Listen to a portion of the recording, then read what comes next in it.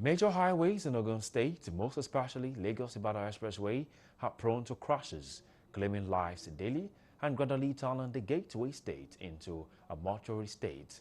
Hardly would a week pass without records of an incident or accident on Ogun State roads, particularly the problematic Lagos-Ibadan Expressway, one of the busiest and oldest roads in Nigeria.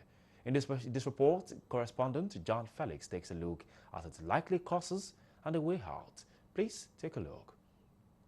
The Lagos-Ibadan Expressway, a 127.6-kilometer long expressway, passes through Ogun State, connecting Ibadan, the capital of Oyo State, and Lagos, Nigeria's largest city. It is also the major route to the northern, southern, and eastern parts of Nigeria. Findings reveal that the highway accounts for not less 50% of yearly crashes recorded on all Ogun roads.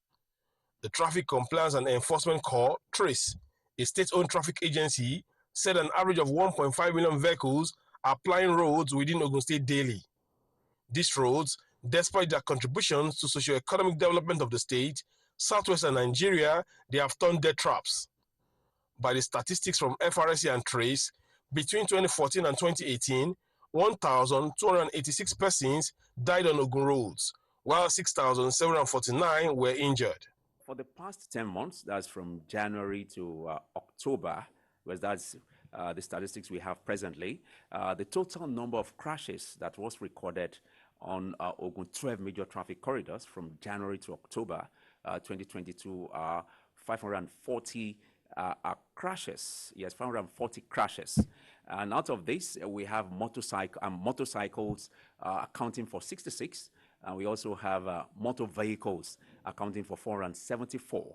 And out of all this, we have 146 deaths recorded. Yes, 146 deaths recorded.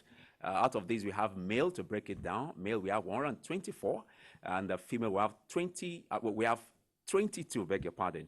A male, 124, and female, 22, implying that we'll have more widows in our society. Very, very shocking, alarming, you say. And for those that were injured, those that sustained injuries, they are 830 were injured. There were 830 injured victims. And out of this, to break it down, a male, we have 628 males injured, and female, 202 female were also injured in these fatalities that we experienced for the past 10 months in Ogun State. The Ogun State Secretary of the Road Transport Employers Association of Nigeria said vehicles conveying younger passengers contributed mostly to a high number of crashes on the road. And in our research, demography shows that the vehicles that occupies youth, maybe because of youth experience or something like that, they are always in a hurry, are more involved in road crashes. We still, the demography is still there. We conduct this research every year to know what happens. Apart from users that are using their personal cars, which you can be testified to because you are a journalist, which you can testify to that the vehicles that are driven by youth are more conversant with road crashes. Even the commercial vehicles that have more youth on it are more prone to road crashes than the ones that have adults, because they're always in a hurry. Worried by the alarming rate of road crashes, Trace said sensitization would continually be enforced to bring to the barest minimum road accident. That's the Lagos-Ibadan Expressway. In fact, it's the busiest expressway in the whole of West Africa, and 80% of that corridor is on Ogun State territory, and that's why it's much more our concern to do, because we know that we don't have accidents on our roads. What we have are essentially crashes, because accidents are unforeseen, while crashes is a foreseen occurrence, which is caused by you and I. And that's why we are appealing to the conscience and the psyche of the road users, particularly the driver. And that's why we've